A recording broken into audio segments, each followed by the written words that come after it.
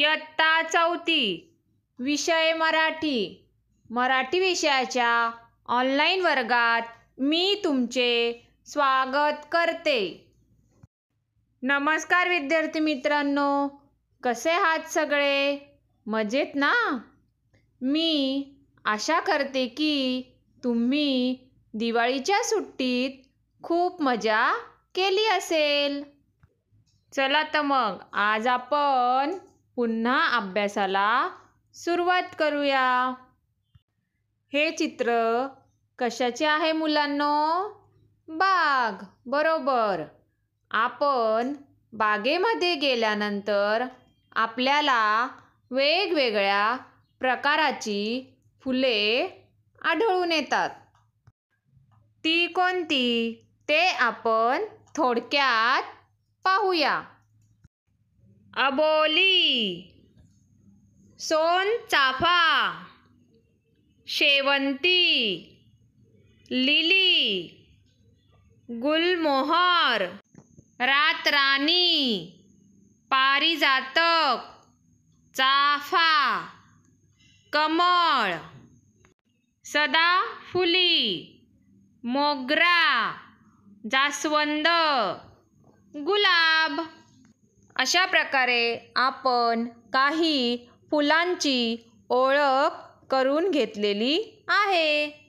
हे कशाचे चित्र आहे मुलांनो? शाळेत शिकणाऱ्या मुलांचे. तर ही मुले शाळेत काय करताना दिसत आहे? अभ्यास करताना दिसत आहे. तर मुलांनो, आज आपण शाळेतील मुले आणि बागेतील फुले यांची एक गंमत कविता क्रमांक 8 एकदा यातून अभ्यासणार आहोत. मुलांनो, कवितेला सुरुवात करण्याअगोदर कवितेत दाखवलेल्या चित्राचे वर्णन करूया. सुरुवातीच्या चित्रात आपल्याला एक भुंगा दिसून येत आहे. तो भुंगा त्या मुलांच्या अवतीभोवती फिरत आहे. नंतर पुढील चित्रात फुले ही शाळेमध्ये जाऊन अभ्यास करताना दिसत आहेत. चला तर मग आता आपण कवितेचे प्रकट वाचन करूया. मुले झाली फुले, फुले झाली मुले, मुले बसली बागेत, फुले गेली शाळेत. भुंगा लागला गोल, मुलांभोवती फिरू, भुंग्याला मुलांचा वासच येईना, फुलांचा धडा पाठच होईना. मुले बिचारी बागेत चुकली, फुले बिचारी बेरजा चुकली. बागेत मुलांचे तोंड झाले कडू, शाळेत फुलांना कोसळले रडू. तर मुलांनो, आता आपण कवितेतील प्रत्येक ओळीचा अर्थ समजून घेऊया. मुले झाली फुले, फुले झाली मुले. या ओळींमध्ये असे दिसून येते की एक गमतीदार कल्पना म्हणजेच मुले झाली फुले आणि फुले झाली मुले हे आपल्याला दिसून येत आहे. मुले बसली बागेत, फुले गेली शाळेत. या ओळींवरून असे दिसून येते की मुले ही बागेत जाऊन फुलांच्या जागी बसलेली आहेत आणि फुले ही शाळेत जाऊन मुलांच्या जागी बसलेली आहेत. भुंगा लागला गोल, मुलांभोवती फिरू.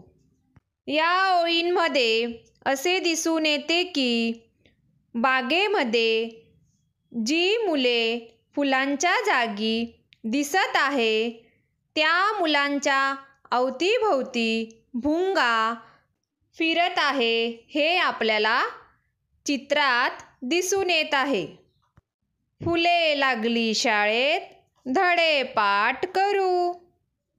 या ओळींमध्ये असे दिसून येते की शाळेत मुलांच्या जागी फुले बसलेली आहेत. ती फुले शाळेत धडे पाठ करत असताना आपल्याला चित्रात दिसून येत आहे. तर मुलांनो, आता आपण कवितेतील शिकलेल्या भागावर आधारित काही शब्दार्थ समजून घेऊया.